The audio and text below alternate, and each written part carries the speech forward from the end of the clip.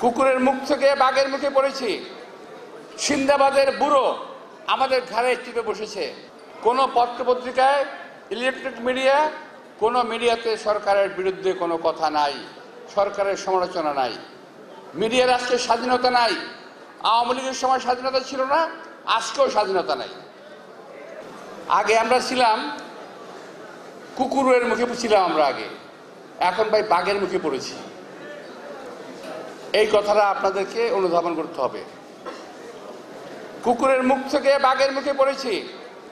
সিন্দাবাদের বুড়ো আমাদের ঘাড়ে চেপে বসেছে।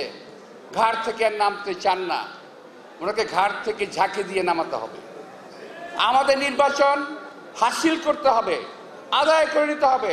জনগণের ভোটের অধিকার আমাদের ন্যায্য অধিকার, এটা আমাদের পাওনা, হিসাবের পাওনা। আমরা বুঝে নিতে চাই, আমরা ভিক্ষা চাই না, আমরা হিসাবের পাওনা চাই। আমি যখন দেখছি কিন্তু এখন কেন বলছি, আমি দেখছি আমার স্বাধীনতার সার্বভৌমত্ব নিরাপদ নয় এই সরকারের হাতে।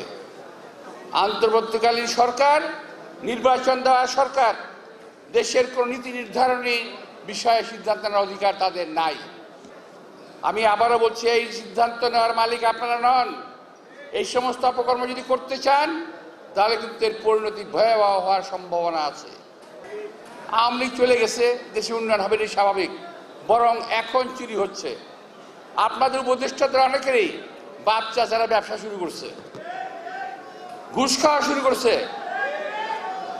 এগুলো ভুলে গেছেন, ভুলে যান। পত্র পত্রিকায় আসে না, খেয়াল করে দেখেন, পত্র পত্রিকায় কিন্তু আসে না, শুধু সোশ্যাল মিডিয়ায় কিছু খবর আসে।